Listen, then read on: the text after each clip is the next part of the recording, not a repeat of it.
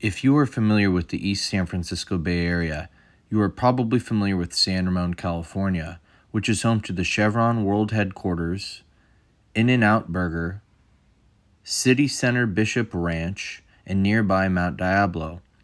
But did you know a top-secret facility was off of Old Crow Canyon Road for decades, which worked extremely close with Livermore Labs and the Area 51 facility in Nevada? EG&G San Ramon Operations was the name of this building. EG&G was the primary contractor for operations and scientific studies at Area 51, and they still are today, but under a different name, which I will get into later in the video. Join me as we investigate this mysterious facility and take an adventure to Nevada to explore Area 51. I guarantee you that this will be one of the most intimate, in-depth views of Area 51 that you will ever see. Dr. Shield, I recently found out that there was a secret facility 10 minutes from my childhood home and about 15 minutes from where I sit now. It was an EG&G facility in San Ramon, California. They were working very closely with Livermore Labs and Area 51. They were like the primary contractor at Area 51, and they still are. However, they go by a different name now. You're an astrophysicist at Harvard University. You had a lot of experience with corporations like EG&G. What are your thoughts on EG&G? Who are they and what did they do? During the era following or immediately before the end of the Cold War with the Soviet Union, we had many secret programs trying to excel the technology that was available to the Russians, as the Soviet Union, we should say. And we knew of these activities in the astronomy and science community.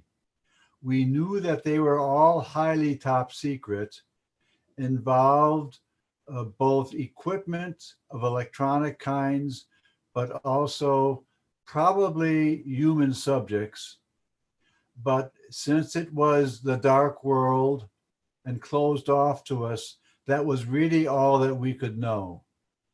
And we had the impression that EG&G as a corporation seriously downscaled at about the time of the end of the Soviet Union.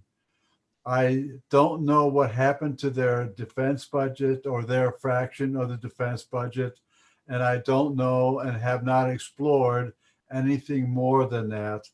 All I can do is reflect upon the times when we knew that something of this kind was going on, that EG&G was a principal contractor that was undertaking some part of the program. And we also understood that because it had military and national security implications, it's best that we distanced ourselves from it. Who better, in your opinion, assuming that we have recovered flying saucers and extraterrestrial craft, than EG&G to be in charge of the study and back engineering of extraterrestrial craft? Well said. And I want you to know I bear no malice to the EG&G Corporation as a corporate entity. It was perfectly aligned with our feeling of urgency in dealing with the Soviet threat, where we were at a standoff on nuclear missile capability. There was the threat of nuclear chaos and destruction of our civilization at the time. And I think we all felt so uninformed about the whole business, knew that it was not likely to change.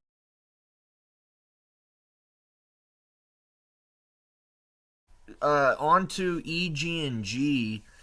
I recently discovered, and it literally blew my mind, that EG&G had an office 10 minutes from where I grew up as a child. I'm out here in the Bay Area. I'm very, very close to Livermore Labs. And EG&G had an operations office in San Ramon. It blew my mind. It took me about 3 months to even find out where this office was, the actual physical address. And John, it seems that this address for this EG&G office that hasn't existed for 20 years now, they've removed the address. It's like the address never even existed, but there's still a building there. Classic EG&G. And I also found out there have been a few occasions where Janet flights have flown out here to Livermore and taken people out to Groom Lake. Are you aware of Janet ever coming out to California? Oh, sure. This is a new... I just had Mm-hmm. a friend retire after, get this, 39 years as a flight attendant for Janet. Wow. She's been retired for about 4 years now, but she used to be my chief flight attendant at Nevada Airlines. And when Nevada Airlines broke up, she went over to Special Projects and was made chief flight attendant and stayed there 39 years. What did she describe that like? I never asked her a single question because I didn't want it to hurt her career. Yeah, you could get in a lot of trouble. Did you know that EG&G acquired Lear Siegler Corporation in the 90s? No, I didn't know that. That sounds really neat. I can send you some documents about all of that. Isn't that fascinating, though? Because you came public in the 80s, and then, it's like, is it a coincidence, or is it not a coincidence that EG&G stepped in and took over Lear Siegler, which I know you had nothing to do with Lear Siegler. That was your father, I believe. And I've also heard you speak of in the past, your father was heavily involved in anti-gravity research back in the 50s. Right. That's, you've seen his video on YouTube, right? No, I've heard you speak about it. Is this the video where your father is giving a lecture about flying saucers? Yeah. Do you know? And apparently, this was in like 1953. Lear Incorporated was given the contract for anti-gravity, and my father went on a sales trip to Bogota, and they'd already briefed him like they briefed everybody else. Don't say a fucking word, Right. not a fucking word. And he got down to Bogota, and there was a bunch of reporters there, and they immediately started asking him about UFOs and stuff, and he told them a little bit. He told them how one day that, we'd dial a telephone number, and then we'd be shot off to wherever we dialed the number.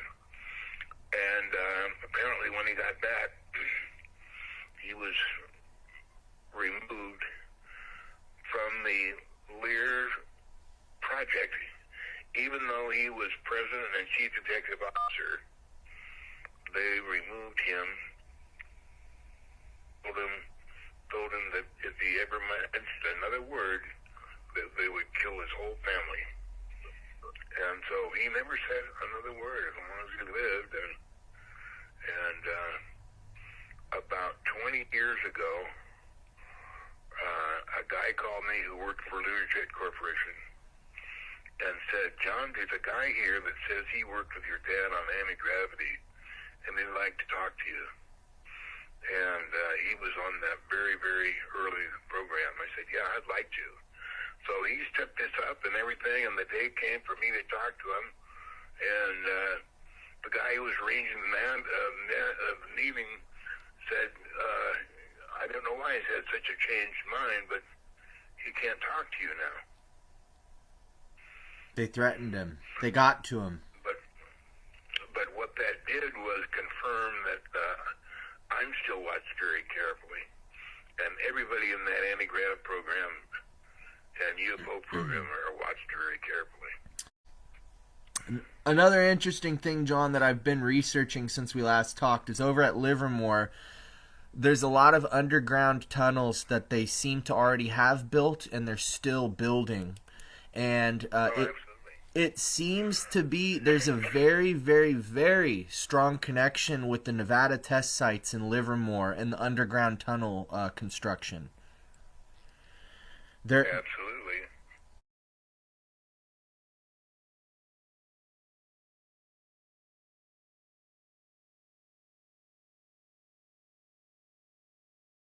Bob's job at Area 51. Most people who don't know who Bob is, Bob was an Area 51 employee. That's where this story is going. So basically after that, you started talking about UFOs, and then this led up to Bob to apply with, I think, Dr. Teller. Right. And I was over at Bob's house when he called Dr. Teller in Lawrence Livermore Labs, and he said, well, Bob said that he would like to enter the scientific community, and Dr. Teller said, well, would you like to work here with me in California, or would you like to work in Nevada? And Bob said, I want to work at Area 51. And I thought this was pretty presumptuous, but that's what he did say. And then the next thing that happened was that Bob started getting calls from EG&G, or to go down to EG&G at McCarran Airport and get interviewed. And there was 3 interviews.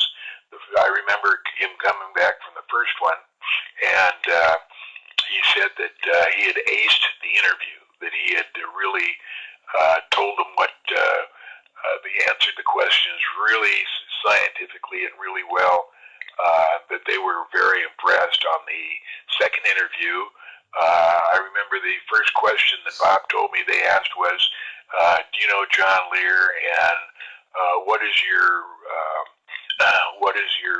information about John? And yes, I know John. I think he sticks his nose in places where it doesn't belong. And what Bob told me then was he also sticks his nose in places where it doesn't belong. So he didn't mention that to them at the time. No. But they'd find out, sure enough, in the future.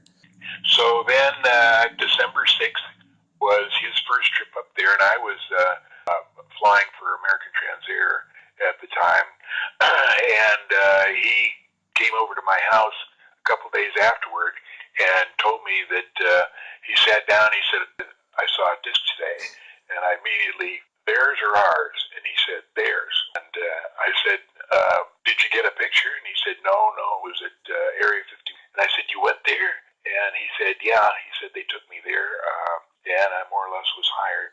So that's when he told me that he had seen it. And I said, well, Bob, why are you over here? I said, why don't you work for a couple of months and then find out what's going on and then tell me, because and it's going to be a lot of problems when they find out who you're visiting.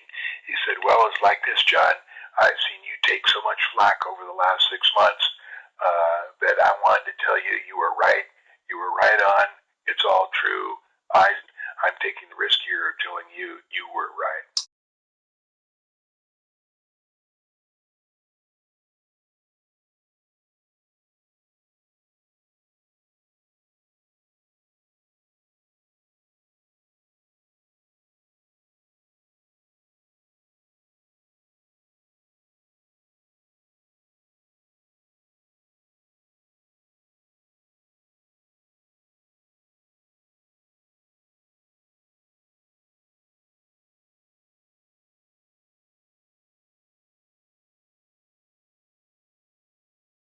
on the road to Area 51,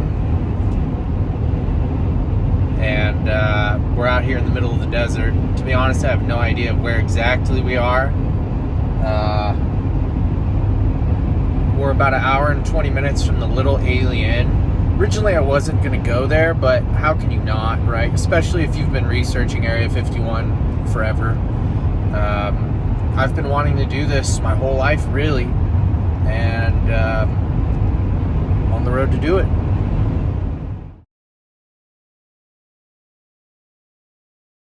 Here at Mailbox Road, about 20 miles outside of Rachel, Nevada. This is the infamous black mailbox. This is where Bob Lazar took John Lira, Gene Huff to watch the test flights of the flying saucers, the extraterrestrial craft, just over the mountains behind me. And this is it. This is the infamous mailbox.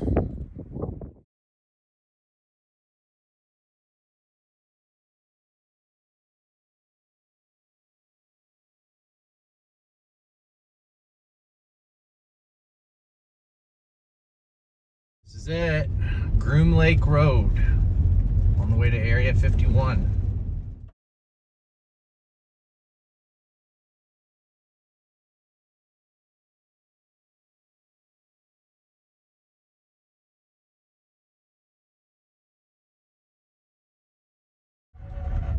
Area 51 security up on that hill.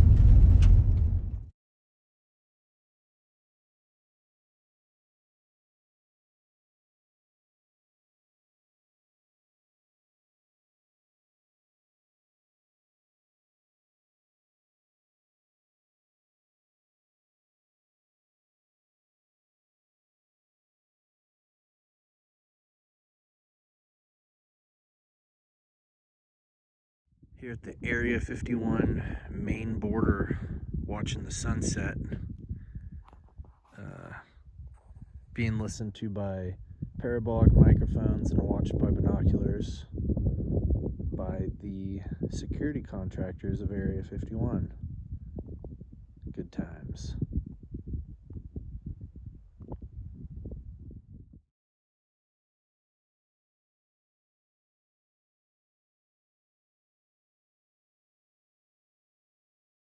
On Groom Lake Road, and I'm just leaving Area 51 border, and there's lights over the hill directly where Area 51 is. You see that right there? The glimmering amber colored lights over the horizon? That is Area 51. They're just hovering there. Amber colored lights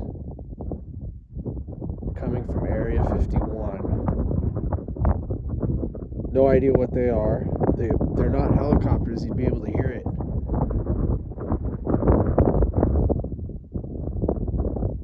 I've been here for about an hour and a half. Nothing's happened, nobody's driven by. I left and these things appeared.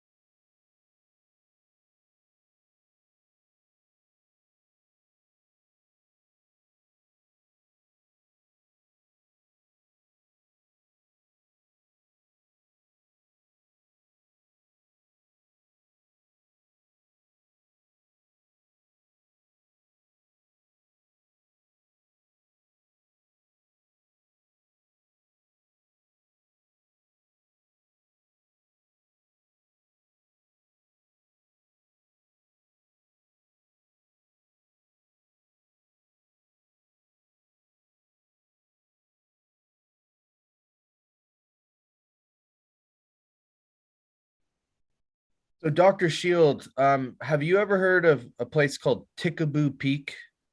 Tickaboo Peep. No, I'm quite sure I haven't. It's the last area near Area 51. It's a mountaintop where civilians can climb to the top of it. It's a treacherous climb, which is probably why it's the only remaining area where you can view the base from. There are people who are dedicated enough to have gone on top of Tickaboo Peak. I plan on doing it one day, but I really want to be prepared when I do make the trip up there. What I'm about to show you, Dr. Shield, is images of Area 51 seen from Tickaboo Peak. Now you're going to see vehicles driving around. You're going to see the air hangars. You're going to see things. I don't know what they are. Perhaps you can, as an astrophysicist who's been to observatories before, you'll be able to explain what kind of equipment we may be seeing. I am about to show you right now. Here we go. Here we are. This is the exact video I was looking for. I hope that it hasn't been censored yet. Oh, this is much better in quality. Oh, this is what I was looking for. Now, here we go, Dr. Shield. What are we looking at here? Yes, I see a network of towers and I see what looks like a globe with a equator on the right side and standing on a pillar, and I wonder what that would be. That is something like what I would expect a UFO to look like. But there's another one. Yes, I see the second one. And What are we looking that's a at? radio antenna. I take it back. It's not a spacecraft at all. It's a radio antenna, and you can see the two arms that reach back from the outskirts and carry the detector package to the center of the dish, above the dish at the focus. So that's the infamous water tower right there that we're looking at. It's just that right there is a simple water tower. The dish you were speaking out, it's no longer in view. You can see a vehicle moving in the background. The base is obviously, there's two vehicles now. The base is obviously still very active. My question, Dr. Shield, I'm a ham radio operator. My call sign Kilo 6, Foxtrot Sierra. How is that a high frequency radio antenna that we're looking at? No, I would. Yes, it is an even higher frequency. It's probably well above amateur radio frequencies.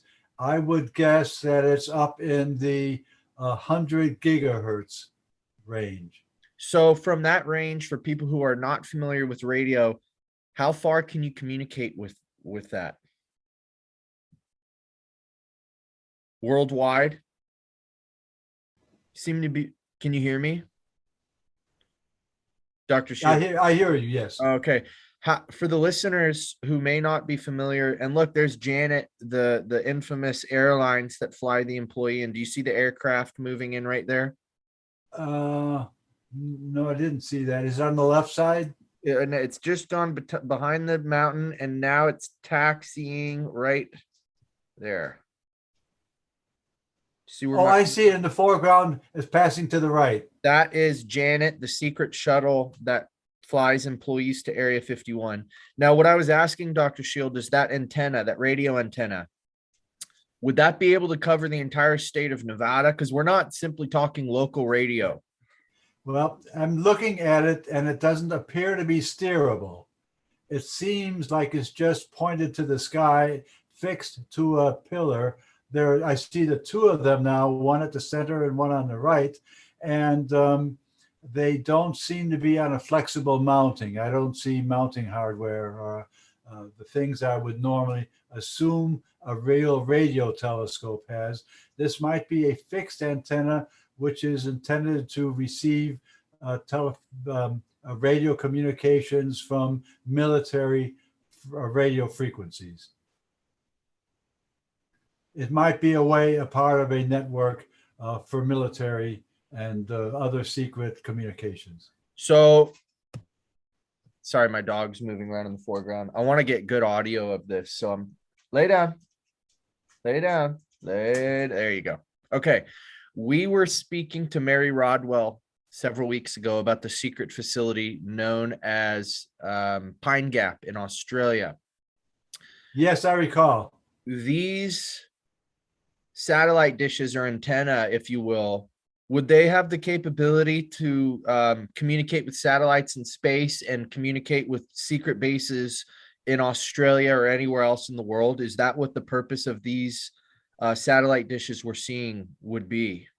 I would be surprised if they would be steerable. It looks to me like they are fixed, mounted on a pedestal. So I think that their purpose is more likely to be to catch radio signals from any kind of spacecraft passing by nearly overhead. The latitude of Area 51 must be something like 35 degrees north. And so many spacecraft would operate within range or within sight line of this radio telescope. The telescope would easily collect radio signals from orbiting spacecraft at fairly short frequencies, I would guess. This looks like a solid surfaced antenna, so it might be getting transmissions at wavelengths in the millimeter wavelength range, which are often used in communications. Secure communications for military purposes, I would assume. That might be, but there could be other explanations too. I haven't seen a structure like this in the science community ever, because our telescopes are always steerable so that you can follow a astronomical source as it rises in the east and sets in the west. You can follow it across the sky with a steerable mount, but this seems to be firmly attached to the top of a pedestal. I could be mistaken, just a distant view, and I would like to be able to inspect it. Now, let me ask, I have to ask, it seems to be fixed to space, to outer space. Would you agree with that assessment? Yes, it looks like it's pointing in whatever bit of space is overhead. I'm going to go ahead and I'm going to just ask this question. Could it be for deep space communications for extraterrestrials? I would be surprised, because never in the tradition of extraterrestrials have we heard them talk about radio communications. They do everything telepathically. And so I don't know why they would try to communicate with us with radio techniques when they have available to them a much sharper method of telepathy. I should rephrase that question. And you are correct on the telepathic communications. Assuming, and this is an assumption here, but assuming that there is a joint military extraterrestrial connection, could this be used to communicate with either A, alien reproduction vehicles that they're testing at Area 51 that are going into space piloted by humans, or B, extraterrestrial craft that have some sort of communications with humans on at the base Area 51? I think it might be more likely that it's A, what I just said about, could these satellites be communicating with above top secret craft that are flying around in space, humans piloting them? I would be a little bit surprised for the following reason. When I look at the photograph, and it's nicely centered now, and I can get a good look at it, it seems to have a very shiny surface, which means it probably communicates at very short wavelengths. Such a well-defined surface isn't required at long wavelengths, often used in astronomy. So, for example, there's an important line from emissions of hydrogen in space at 21 centimeters wavelength. So 21 centimeters would be something like 10 inches. So Are you referring to data bursts, quick bursts of radio information? that either way, it could be modulated, amplitude modulated, like our commercial radio, but it could also be in packets. And at these short wavelengths, I could see packets being received by such an antenna, but only for a short period of time on each orbit, on each orbital passage overhead, I would say. Okay, Dr. Shield, now, did you claim that this was an antenna as well? I'm circling it with my mouse here. I see the tall tower structure. It appears to be a square in cross section and perhaps 10 stories tall. That's huge. What? And it is, I have no idea of what that would be, because they're conducting flight operations around here. And I would think that tower would be a hazard to a crippled aircraft or spacecraft. Could it does it look like maybe the airport tower for the people operating in the tower? I would say that's a good possibility. Okay. Because they would have quite a long distance view from here. And as we said, One of the runways at Edwards Air Force Base is 2 miles long, and I have no idea of what the reach or the breadth or the width or the size scale of this base is. I see that they're operating aircraft from it, and that suggests that it's at least 5,000 feet long, which would be the standard length of a runway for a commercial aircraft like the Boeing 737 that the Janus Airlines seems to be operating.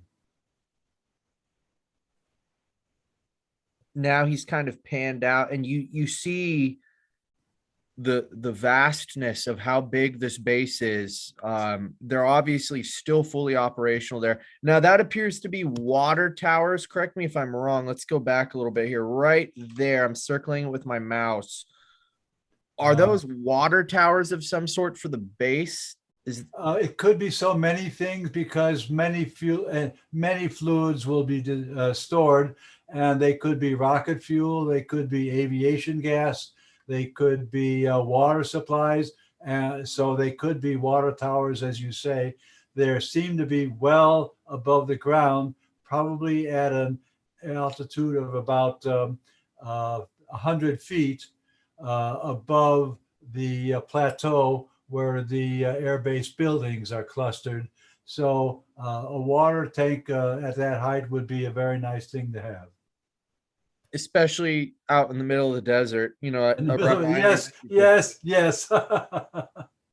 Now here we see it appears to be some sort of air hangar. I'm circling it with my mouse here. I haven't seen it yet. Wait a minute. Yes. Okay. Is it right or left side? Right here. I'm circling it with my mouse. Oh, I see it. Wait a minute. Now the mouse went away. That's okay. Do you see it now? Yes, I see it now. There's a big building with a sloping roof. Now, I have a question. I'm not sure if you'd be able to answer it. We might just be theorizing here. They're obviously housing. Well, then again, you see little garage doors there, it appears. Why would there be openings in a roof of an air hangar that might be hosting highly classified aircraft? Why would they have? There's some sort of opening there on the roof, as you see. Do you see those 3 openings right there? I do see it. And I don't know because those look like they could be solar panels, actually. Maybe that's exactly what they are. Solar panels. Is that too simple?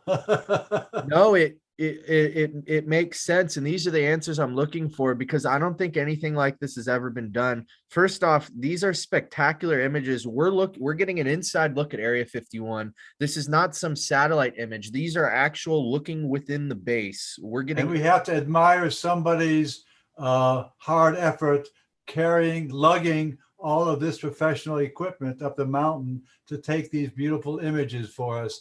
Obviously, these were taken from a camera mounted to a tripod.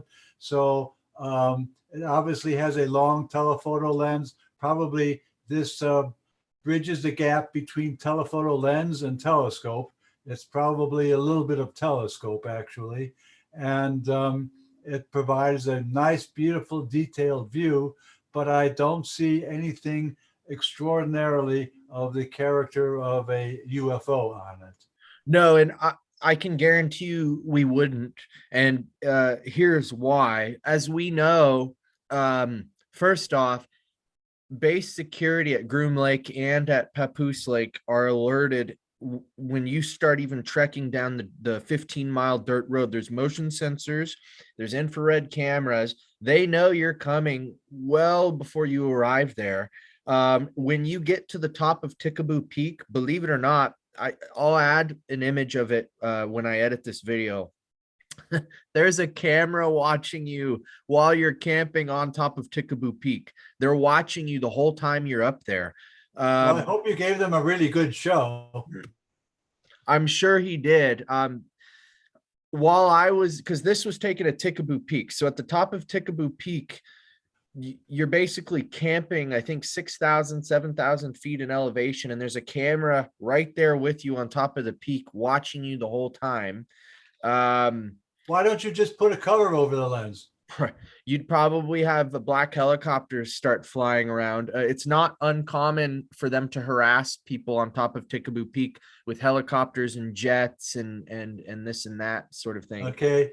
It's Are also there rocks up there to throw? what was that? Are there rocks up there to throw? Oh yes, but you would be defacing a highly secure airbase property, and I'm sure that they would prosecute. These aren't friendly people. I can tell you firsthand. I was there last weekend. These guys are no fun. The I security, see. So especially. naughty little boys aren't appreciated here. No, they're very, very, very serious. And you have to appreciate that. But what I also would like to note, you mentioned we're not going to see any UFOs. Number one, Lazar claimed that all of the extraterrestrial craft are kept at Papoose Lake, which is just over the ridge. You can't see it in this image. It's a different dry lake bed, but it is right there on Area 51. And secondly, according to my research, during the Cold War, the Russians had an extreme interest in Groom Lake, Area 51. They knew hours beforehand when satellites would be flying over Area 51, and they were able to hide any sort of classified aircraft or even extraterrestrial craft within the hangar before even a satellite could fly over. So not only do they have the capabilities to be well aware when people on land are getting near the base, they know when satellites are going to be flying overhead. So they're well prepared to hide these sorts of craft. Yes. These would be very simple technologies. It's obvious that we know where all spacecraft are at all times. And so if one was approaching, they would have as much warning as they liked. And remember that a spacecraft, a satellite operating at normal altitudes, orbits once every 90 minutes. So that gives you a time scale. They would have up to 90 minutes to do some dirty work if they wanted to be, for that dirty work to be undetected by a spacecraft. So as an astrophysicist, have you seen anything we'll forget the UFO subject for a moment, but we're getting very good images of the base here. Have you seen anything of interest as an astrophysicist of, oh, why would they have that there? Like, for example, the satellites we saw, or maybe some of the buildings. Have you seen anything so far yet that, what does this appear to be to you? I'm circling it with my mouse here. Let me zoom in just a little bit more. Right next to the satellite, whatever that is, right here on the right. I'm circling it with my mouse. Oh, this object. It's totally fascinating, and I have no idea.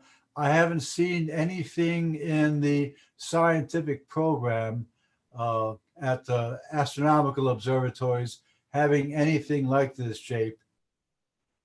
It almost looks like critical pieces of re-entered metal or something. Like this was a monument to a crashed something. Could be. Could very well be. Is that the entrance to the base, perhaps? I actually believe it is. I believe the main entrance is that direction. As a matter of fact, Groom Lake Road, the very road that I was on over the weekend, is in that direction. I may be wrong, but I've been researching this base quite some time. I believe Groom Lake Road, the dirt road I was on over the weekend, does lead in that direction. And then we see an aircraft there on the hangar. So, Dr. Shield, the last 15 minutes, we've been getting a very intimate look at Area 51. Yes, thank you for that. I've never seen it. I'm going to email it to you, and I'm also going to give credit to the man who took these images. I can't think of his name off the top of my head, but it will be in the information of the video. What really stuck out to you during these last 15 minutes as we've gotten an intimate look inside Area 51? What gets into me is that everything is very carefully kept under lock and key and out of aerial inspection range, which is probably something you would do if you were running a tight and secure operation. I'm surprised that there is so little evidence of living quarters, because basically all of the equipment, except I see two structures that look a little bit like houses, but otherwise all of it seems to have um, scientific and technical equipment in it. And I'm surprised I see no signs of a bar with a neon sign in the window or anything that's not of the general appearance of a military base, and with everything kept under lock and key. And this is the image of the Boeing 737 once again. Correct. And did you have a moment? I emailed it to you, I think, this morning. I had an incident, and I'll share it with the listeners now. I spent about an hour and a half, 2 hours at Groom Lake Road. I watched the sunset at Area 51. The whole time I was there at the border on Groom Lake Road, which is the main entrance to Area 51. Not a soul went by. I saw nobody. The only person I saw was the security guard sitting on the hill there at the main gate. We were basically staring each other down for like 2 hours. He obviously had binoculars. They're equipped with parabolic microphones. They hear everything that you're saying. There's motion sensors in the ground. There's infrared cameras in the hills.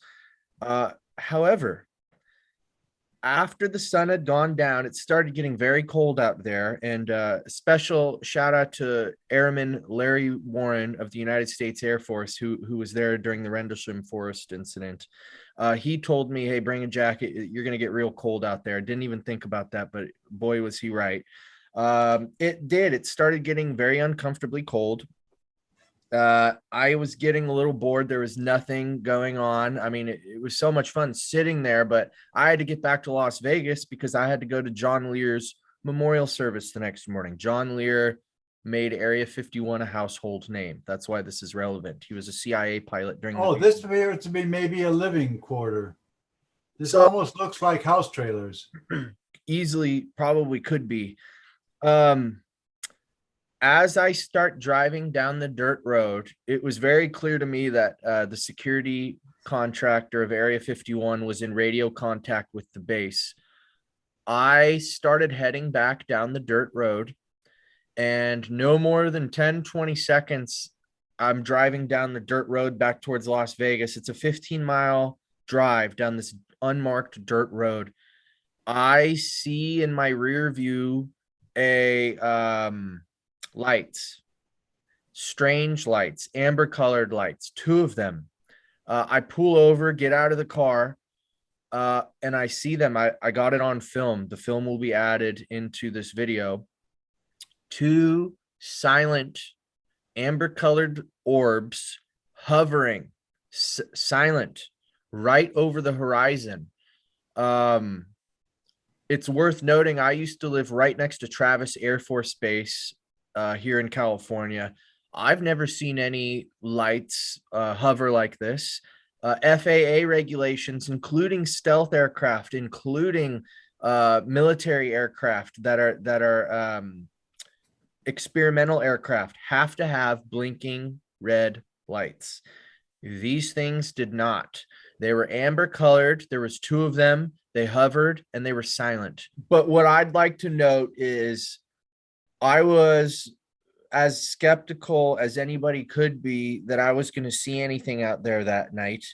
And B, I've been convinced for years that they moved all the ET, the extraterrestrial stuff out of Area 51.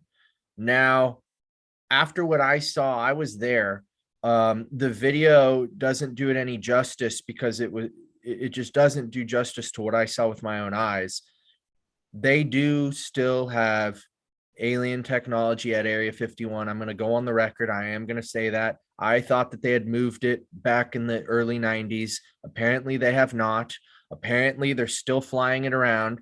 And I'll go on a limb here and say, I've researched the hell out of Area 51. Janet Airlines, the 747, apparently shuttles employees Monday through Friday. They actually take the weekends off, right? I was there on Saturday when I saw these strange lights. It is my opinion that Monday through Friday, they work on conventional technologies at Area 51. On the weekends, they work on extraterrestrial technology or alien reproduction vehicles. I was there Saturday night. It appears that the base waits for you to not be on the dirt road anymore before they test fly it. So anybody that's going out there, just be aware of these things. It appears on the weekends that they do test fly ET technology. This was not human technology. I can guarantee you what I saw was not human technology. It just simply was not. Yeah. If you're so inclined to camp at Area 51, which you can do, be fully prepared for the base security to harass you at nighttime. Apparently, they will roll up on you, shine their lights on you at 2 a.m. and harass you. They can't do anything to you, but just be prepared that they will try to frighten you while you're out there.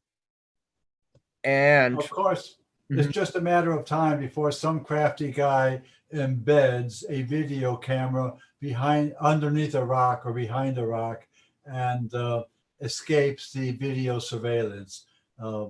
You can't keep something like this secret forever, and there's always a technical solution to any problem. It's also worth noting that if you are so inclined to hike Tickaboo Peak, it is extremely difficult to get to that elevation. It's going to be extremely cold. There's certain days where the haze, because of the wildfires that have been occurring lately, haze, smoke can affect your view of the base. If you want to get these sorts of images, you're going to have to spend a lot of money. But be prepared. If you hike up Tickaboo Peak, it is extremely difficult. You could get lost up there. You could get hurt up there. I don't recommend going to the top of Tickaboo Peak unless you are experienced and fully prepared for being out in the middle of nowhere, the extreme temperatures. You need food, you need water, these sorts of things. You're out in the middle of nowhere. There's no cell phone service, so be prepared if you do that. Do you have Sounds any? like the good old days of adventure exploring when we were exploring our continent. Lewis and Clark, for example. What you do is you find native guides to teach you how to get around. So be extremely careful if you ever do decide to go to Tickaboo Peak. I would recommend camping outside at Groom Lake Road or the Little Alien. They're very friendly people over there in Rachel, Nevada. There's a little motel there in Rachel. Those would be your best bets if you want to go see something in the sky. If you're looking for ET craft, go on the weekends. It appears that that's when they fly this stuff. I think that they keep certain personnel on the base during the weekends. Janet only flies in and out of Area 51 Monday through Friday. I was there on a Saturday and I saw something I am convinced was some sort of ET technology. So if you want to see ET stuff, go on the weekends. Otherwise, Monday through Friday, it's just conventional, highly classified aircraft. I have one final comment because this video, I wanted to blow the lid off of the latest on Area 51. Are you familiar with the corporation Aecom? Have you ever heard of Aecom before?